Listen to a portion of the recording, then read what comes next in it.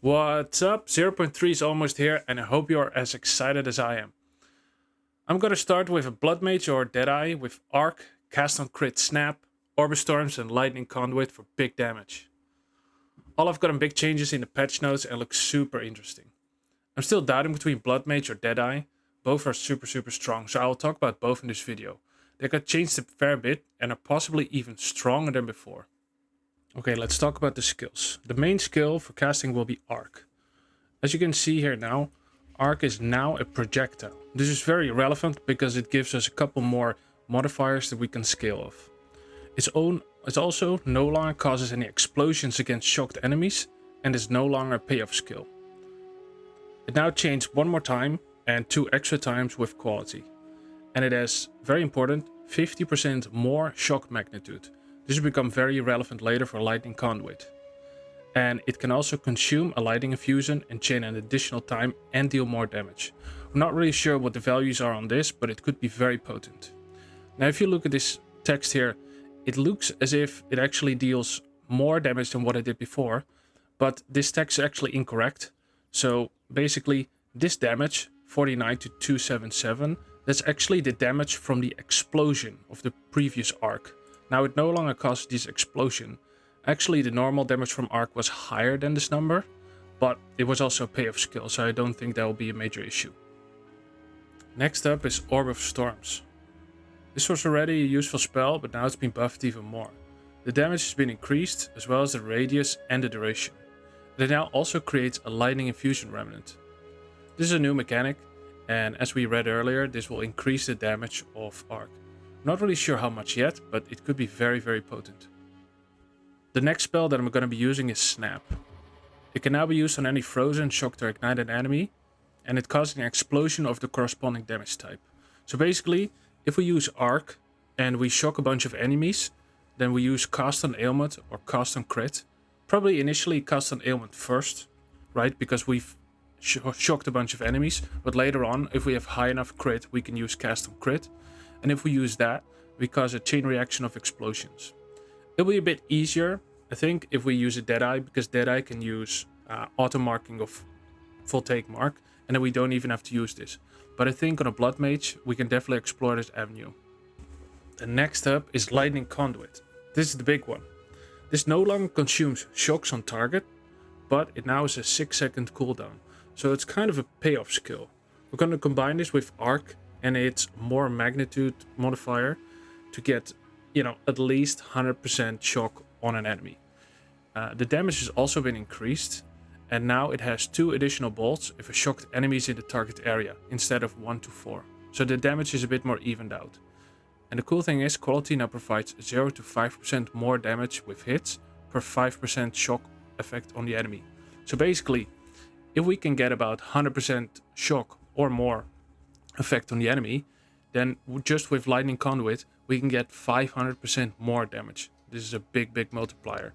We'll have to see what the numbers are in game, but I think this is going to be very good for single target. Another spell that we're going to use is Frostbomb. We need a source of exposure, and this is the best one. It initially applies 20% elemental exposure and 2% per pulse, up to a maximum of 50%. That's already quite a lot, but with quality, we can increase that by 5. We also need a curse. A good thing is, all the 3 elemental curses have now been combined to a single gem, Elemental Weakness. This opens up the way for multi-element playstyle a lot more. And talking about multi-element playstyle, one spell I'm really keeping my eye on is Firestorm. It's kind of been nerfed a bit in terms of like radius and frequency. But the beautiful thing is right now is it can consume every type of elemental infusion.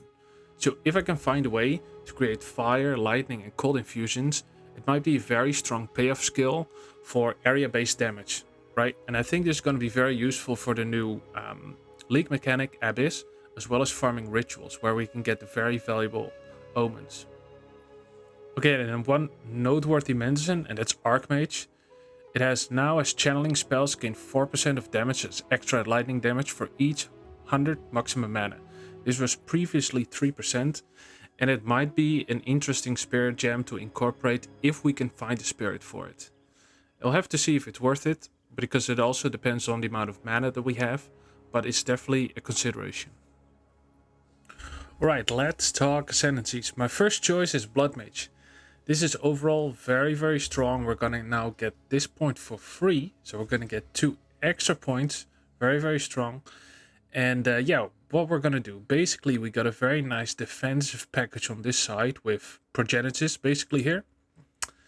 And then we can stack life with Crimson Power, right? So basically we're gonna get additional maximum life equal to 100% of our ES on body armor. So if we're gonna be life stacking, very good option for a unique item is Wrathpith Globe.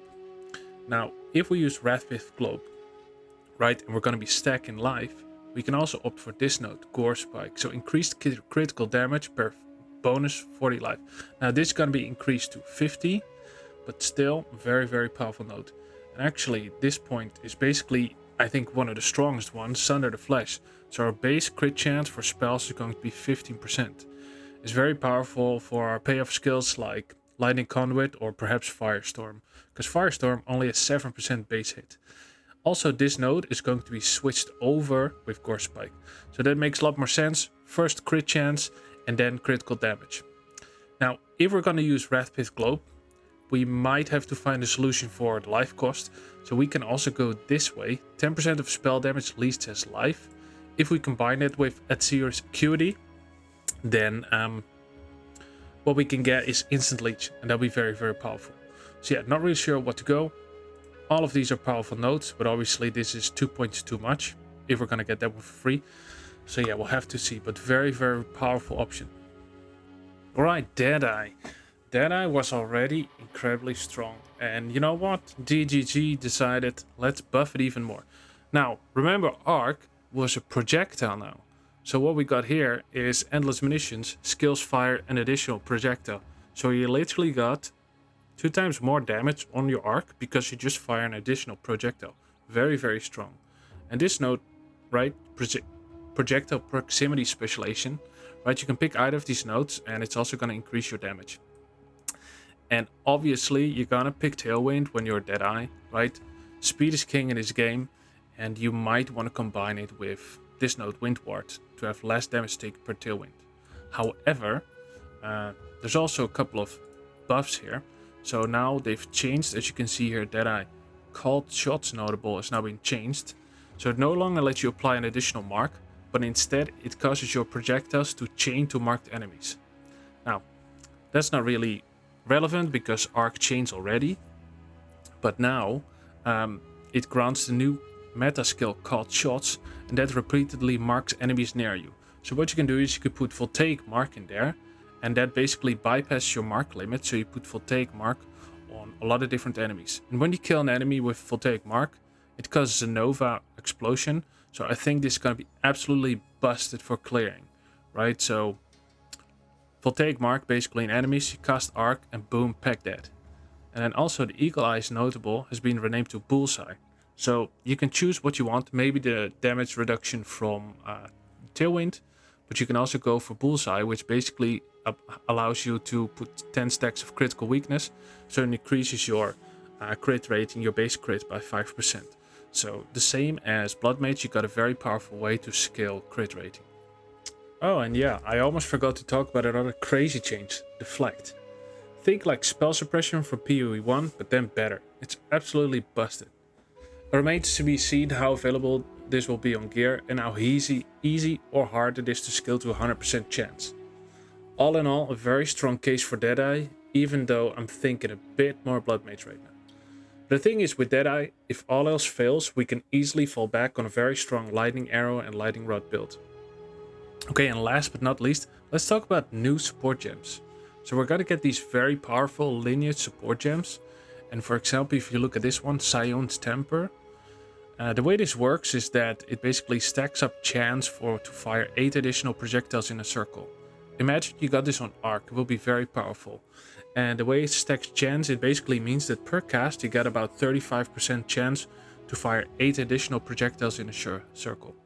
Then we've got Diala's Desire. Now, This can be very strong endgame because, as you can see, it's basically like Lightning Mastery, but then better. So you get +1 level of supported skill gems, but also 10% quality. Imagine putting this on your Lightning Conduit to get even more damage. And the cool thing about this one, it has a cost multiplier of 90%. So actually, your mana cost is going to go down. And then the most busted one. This is absolutely going to be crazy. Rakiata's Flow. This treats hits that you do to your enemy as it treats their monster elemental resistance as inverted. So imagine you've got tier 4 Zest, 75% elemental resistance, but now instead it has -75. That's absolutely crazy because you have to invest a lot of things to reduce the resistance, right?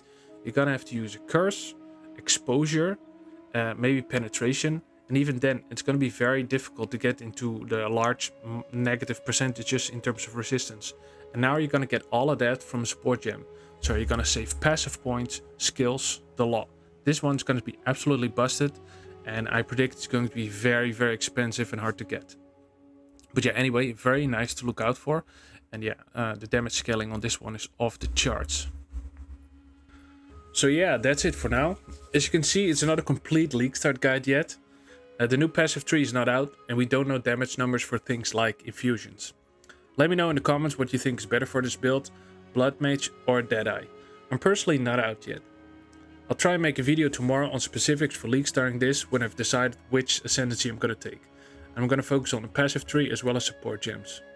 Leveling this early game, I'll probably use Lightning Arrow and Lightning Rod for Deadeye and ED Contagion as a Bloodmage. Thanks for watching, and I'll see you in the next one.